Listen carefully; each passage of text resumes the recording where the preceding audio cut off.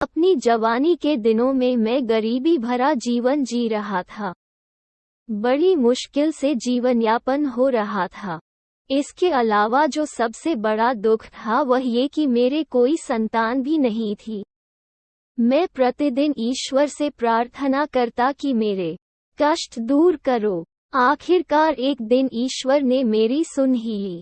एक दिन मेरे शहर का ही एक परिचित व्यक्ति मेरे पास आया। उसने मेरे सामने साझे में व्यापार करने का प्रस्ताव रखा। उसने कहा कि पैसा वह लगाएगा, मुझे केवल व्यापार की देखभाल करनी है। मैंने खुशी खुशी उसका प्रस्ताव स्वीकार कर लिया। हमने साझे में व्यापार शुरू कर दिया। हमने मुंबई से रुई की गांठें खरीदी। ईश्वर की कृपा से हमें उसमें 2 लाख का मुनाफा हुआ। पैसा लाने हम दोनों मुंबई गए। पैसा लेकर हम लोग एक होटल में रुके। मैंने इतना पैसा जीवन में पहली बार देखा था। मेरे मन में जोर आ गया। मैंने सोचा यदि ये पूरा पैसा मेरा हो जाए तो मेरे सारे सपने पूरे हो जाएंगे। इसके लिए मैंने एक योजना बनाई। मैं होटल से निकलकर बाजार गया और वहां से जहर खरीद कर लाया। उसे मैंने अपने पार्टनर को दूध में मिलाकर पिला दिया। रात में ही उसकी मौत हो गई। सुबह मैंने एक गाड़ी बुलाई और सबको बताया कि मेरा दोस्त बीमार हो गया है। उसको गाड़ी में लिटाकर मैं समुद्र के किनारे लाया और लोगों की नज़र बचाकर उसकी लाश समुद्र में बहा दी। उसके बाद मैं सारे पैसे लेकर अपने शहर वापस लौट आया। मेरे लौटने की खबर पाकर मेरे पार्टनर के घर वाले उसकी खबर लेने आए। मैंने रोते हुए उन्हें बताया कि मुंबई पहुंचते ही उसे हैजा हो गया। बहुत इलाज करने के बाद भी वह नहीं बच सका। सारा पैसा उसके इलाज में खर्च हो गया। केवल 10,000 रुपये बचे हैं, जो मैंने उसके घर वालों को दे दिए। मेरे नाटक करने और पैसे देने से उसके घर वालों को मेरे ऊपर विश्वास हो गया।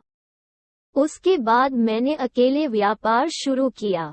मेरा व्यापार दिन दूनी रात चौगुनी गति से बढ़ता गया। जल्दी ही मेरी गिनती शहर के सबसे अमीर लोगों में होने लगी। फिर मेरा सबसे बड़ा कष्ट भी दूर हो गया। मुझे संतान के रूप में एक पुत्र भी प्राप्त हो गया। मुझे लगा कि शायद मेरे पाप मुझे फल रहा है।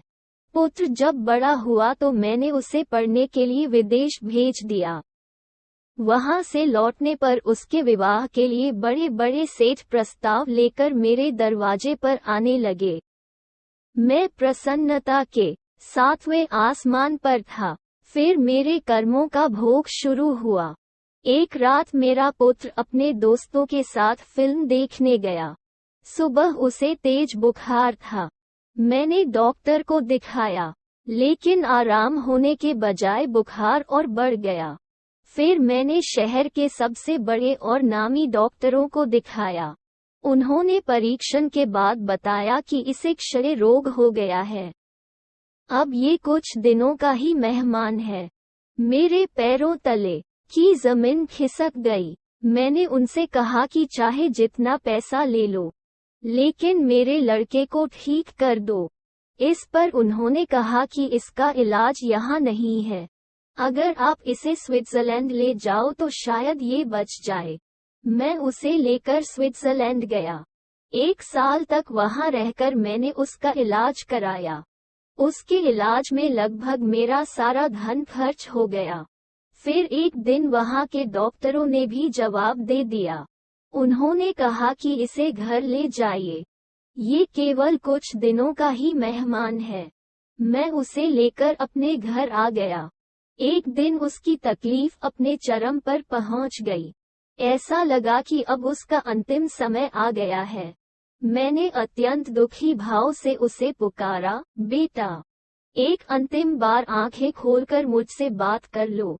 इस पर उसने आंखें खोली और हंसकर बोला, पिताजी, मुझे ध्यान से देखिए और पहचानने की कोशिश कीजिए कि मैं कौन हूँ। मैं आपका वही पार्टनर हूँ जिसकी आपने हत्या की थी। मैं आपसे अपना बदला लेने आया था। अब तक मैंने अपना सारा धन ले लिया है। केवल 500 रुपये बचे हैं। वह आप मेरी अंत्येष्टि में खर्च कर देना।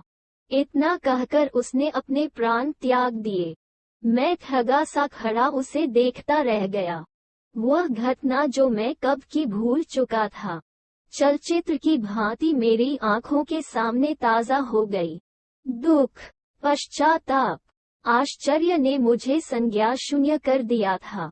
किसी तरह मैंने उसका अंतिम संस्कार किया और फिर वापस घर नहीं लौटा। वहीं से मैंने जंगल की राह पकड़ ली। तब से हर मिलने वाले को मैं अपनी ये कहानी सुनाता हूँ, ताकि लोगों को पता चले कि किए गए पाप का फल यही इसी जन्म में भुगतना पड़ता है। मॉरल सीख, ये कहानी शिक्षा देती है कि बुरे कर्मों का फल अंततः अवश्य ही भुगतना पड़ता है।